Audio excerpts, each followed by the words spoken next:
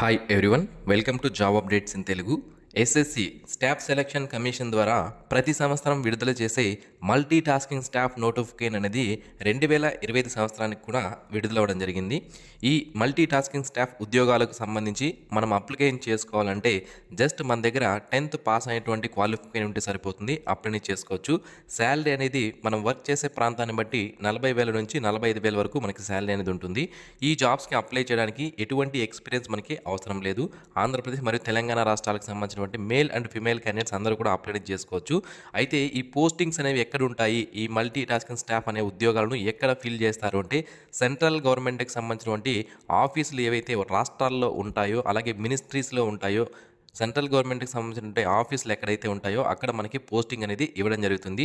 చాలా మంచి ఉద్యోగాలు ఇవి, పర్మనెంట్ సెంట్రల్ గవర్నమెంట్ ఉద్యోగాలు. సో మన టైం బాగుంటే మన రాష్ట్రంలో ఉన్నటువంటి సెంట్రల్ గవర్నమెంట్ ఆఫీసుల్లోనే మనకి పోస్టింగ్ అనేది కూడా ఇవ్వవచ్చు. అలాగే ఈ మల్టీ టాస్కింగ్ స్టాఫ్ అనే జాబ్కి సంబంధించి దీని యొక్క జాబ్ ప్రొఫైల్ ఏంటి, మనము జాబ్లో జాయిన్ అయిన తర్వాత ఏం వర్క్ చేయాలనేది సపరేట్గా వీడియో అనేది చేశాను.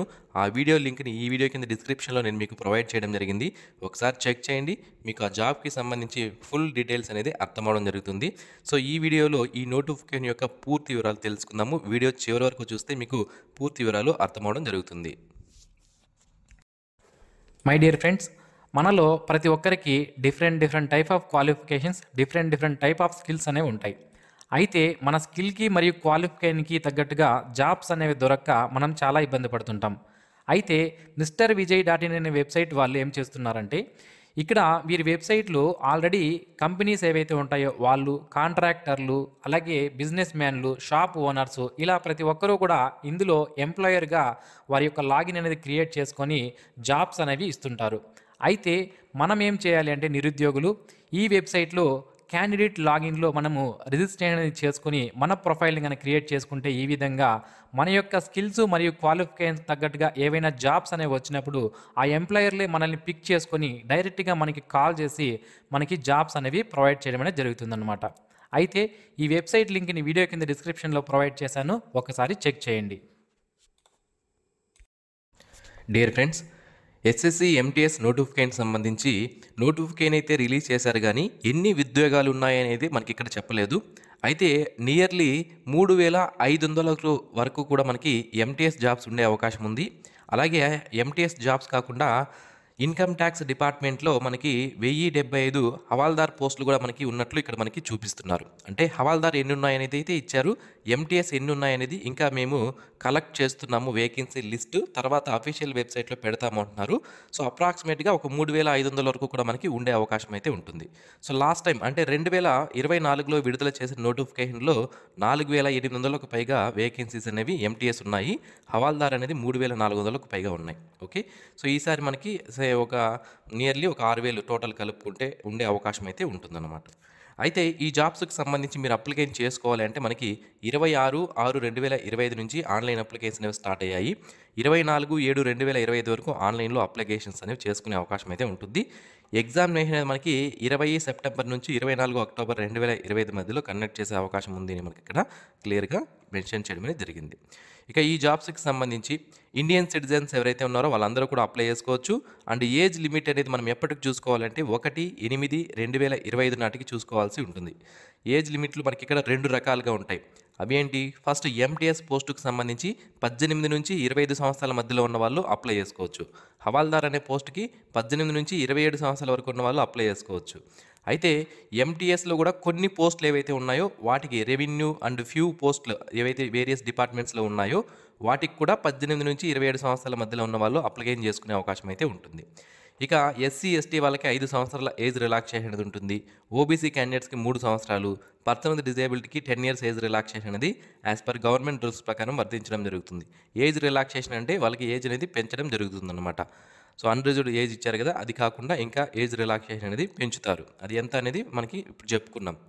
ఇక ఈ జాబ్స్కి సంబంధించి మనం అప్లికేషన్ చేసుకోవాలంటే 10th క్లాస్ పాస్ అయింటే సరిపోతుంది. ఆ క్వాలిఫికేషన్ మన దగ్గర ఉంటే ఈ జాబ్స్కి అప్లై చేసుకోవచ్చు. చూడండి, సో మెట్రికులేషన్ పాస్ అయింటే సరిపోతుంది. అది కూడా మనకి 1/8/2025 నాటికి మనం పాస్ అయినట్లు సర్టిఫికేట్ అనేది చూపించాల్సి ఉంటుంది. సో ఇక్కడ కొంతమందికి ఉన్న డౌట్ ఏంటి అంటే, ఓపెన్లో మేము 10th చేసాము, మేము అప్లై చేసుకోవచ్చా అని. సో ఓపెన్ కానీ డిస్టెన్స్ లెర్నింగ్ మోడ్లో కూడా చేస్తుంటే అప్లికేషన్ చేసుకోవచ్చు. కాకపోతే మీరు తీసుకున్నటువంటి సర్టిఫికేట్ ఏదైతే ఉందో అది యూనివర్సిటీ గ్రాంట్స్ కమిషన్ ఏదైతే ఉంటుందో దాని ద్వారా మీరు చేసినటువంటి యూనివర్సిటీ అనేది రికగ్నైజేషన్ అనేది పొంది ఉండాలి. అప్పుడు మాత్రమే మీ సర్టిఫికేట్ వ్యాలిడేషన్ అనేది అవ్వడం జరుగుతుంది. అప్లై చేసుకోవడానికి అవకాశం అనేది ఉంటుందన్నమాట. ఇక ఈ జాబ్స్కి సంబంధించిన సెలక్షన్ ప్రొసీజర్ చూద్దాము. సో అప్లికెంట్ ఫీజు ₹100 ఉంటుంది. Women candidates, SC, ST, person with disability, ex service men ఎవరైతే ఉన్నారో వీళ్ళు ఎటువంటి ఫీజు పే చేయాల్సిన అవసరం లేదు. వీళ్ళకి ఫీజు నుంచి ఎగ్జామ్షన్ అనేది ఇవ్వడం జరుగుతుంది. ఇక ఆన్లైన్ ఫీజు పే చేయడానికి లాస్ట్ డేట్ వచ్చి 25/7/2025 లోపు అప్లికెంట్ ఫీజు అనేది పే చేయాల్సి ఉంటుంది.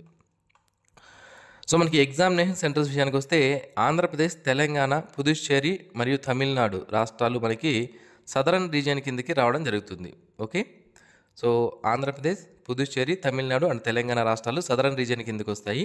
ఇందులో గుంటూరు, కర్నూలు, రాజమండ్రి, తిరుపతి, విశాఖపట్నం, విజయవాడ, కాకినాడ, నెల్లూరు, చీరాల, విజయనగరం, ఒంగోలు, శ్రీకాకుళం, ఏలూరు, పుదుచ్చేరి, చెన్నై, కోయంబత్తూర్, మదురై, సాలెం, తిరుచిరవెల్లి, తిరునెల్వేలి, వేలూరు, కృష్ణగిరి, హైదరాబాద్, వరంగల్ అండ్ కరీంనగర్లో మనకి ఎగ్జామ్ సెంటర్స్ ఉంటాయని మనకి ఇక్కడ క్లియర్గా ఇచ్చారు. ఓకే, ఇవి మన ఆంధ్రప్రదేశ్ మరియు తెలంగాణ రాష్ట్రాలకు సంబంధించినటువంటి ఎగ్జామినేషన్ సెంటర్స్. మీరు ఆన్లైన్ అప్లికేషన్ ఫిల్ చేసేటప్పుడు ఏవైనా 3 ఎగ్జామ్ సెంటర్స్ అనేవి మీరు చూస్ చేసుకోవచ్చు. మొదట్లో చూస్ చేసుకున్నదే మ్యాక్సిమం వస్తుంది. ఒకవేళ అప్లికేషన్స్ ఎండింగ్లో గన అంటే లాస్ట్ డేట్ కానీ మీరు అప్లై చేస్తే ఎగ్జామ్ సెంటర్ అనేది వేరే చోటు ఇచ్చే అవకాశం అయితే ఉంటుంది. కాబట్టి మొదట్లోనే ఎగ్జామ్ సెంటర్ అనేది అంటే అప్లికేషన్ అనేది చేసుకోండి. సో ఇక ఈ పోస్టులకు సంబంధించి ఎగ్జామినేషన్ అనేది మనకి తెలుగు లాంగ్వేజ్లో కూడా కండక్ట్ చేయడం అనేది జరుగుతుంది. అది మీరు గమనించాలి. ఇక ఎగ్జామినేషన్ స్కీమ్ విషయానికి వస్తే మనకి physical efficiency test and physical standard test అనేది హవాల్దార్ అనే పోస్ట్కి ఉంటుంది.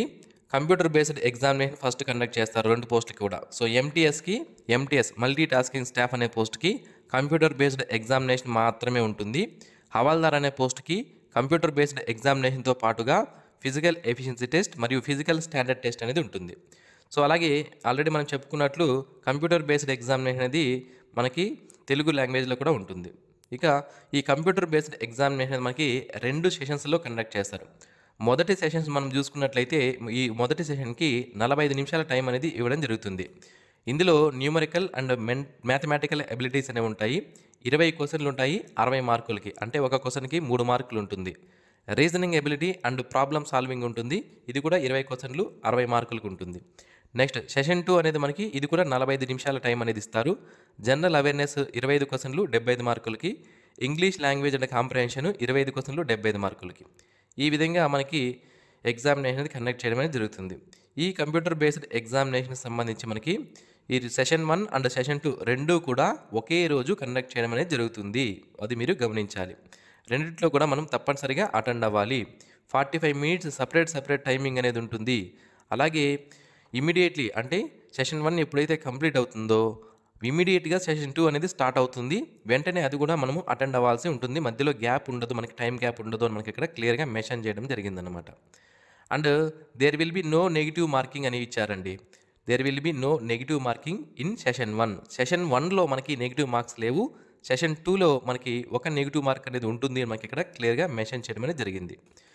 ఓకే, సో ఇది సిలబస్ మనకి డీటెయిల్డ్ సిలబస్ అనేది ఇక్కడ ఇచ్చారు.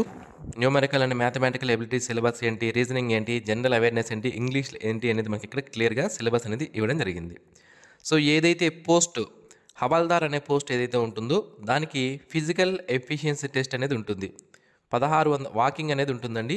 1600 మీటర్ని 15 నిమిషాల్లో పురుషులు వాకింగ్ చేయాల్సి ఉంటుంది. ఫీమేల్స్ అయితే 1 కిలోమీటర్ని 20 నిమిషాల్లో వాకింగ్ అనేది చేయాలి. ఇక ఫిజికల్ స్టాండర్డ్ టెస్ట్ విషయానికి వస్తే హైట్ మేల్ క్యాండిడేట్స్ 157 సెంటీమీటర్స్ లేదా అంతకన్నా ఎక్కువ ఉండాలి. చెస్ట్ 81 సెంటీమీటర్స్ ఉండాలి. ఫీమేల్ క్యాండిడేట్స్ హైట్ 152 సెంటీమీటర్స్ లేదా అంతకన్నా ఎక్కువ ఉండాలి. వెయిట్ 48 kgs లేదా అంతకన్నా ఎక్కువ ఉంటే ఇందులో క్వాలిఫై అవ్వడం జరుగుతుందన్నమాట. ఓకే, సో ఇది ఫ్రెండ్స్ ఈ నోటిఫికేషన్ సంబంధించినటువంటి పూర్తి వివరాలు. మరిన్ని ఇలాంటి డైలీ జాబ్ అప్డేట్స్ మిస్ అవ్వకుండా పొందడానికి మన జాబ్ అప్డేట్స్ తెలుగు యూట్యూబ్ ఛానల్కి అయితే సబ్స్క్రైబ్ చేసుకోండి. ఈ ఎంటీఎస్ జాబ్స్కి సంబంధించి మనకి ఎక్కడ వేకెన్సీస్ ఉంటాయి అంటే సెంట్రల్ గవర్నమెంట్కి సంబంధించినటువంటి ఆఫీసులు ఏవైతే ఉంటాయో అక్కడ మనకి పోస్టింగ్స్ అనేది ఇవ్వడం జరుగుతుంది. అలాగే హవాల్దార్ అనే పోస్ట్కి ఇన్కమ్ ట్యాక్స్ డిపార్ట్మెంట్లో ఇస్తారు. మన హైదరాబాద్లో కూడా ఇన్కమ్ ట్యాక్స్ డిపార్ట్మెంట్కి సంబంధించినటువంటి ఆఫీస్ ఉంది. అలాగే ఆంధ్రప్రదేశ్ రాష్ట్రంలో కూడా మనకి ఇవ్వడం జరిగింది. విశాఖపట్నంలో సెంట్రల్ గవర్నమెంట్కి సంబంధించినటువంటి జిఎస్టీ ఆఫీస్ అనేది ఉంది. అక్కడ కూడా పోస్టింగ్స్ అనేవి వచ్చే అవకాశం అయితే ఉంటుంది. ఓకే, సో ఇది ఈ నోటిఫికేషన్ సంబంధించిన వివరాలు. Thanks for watching this video. Have a nice day friends.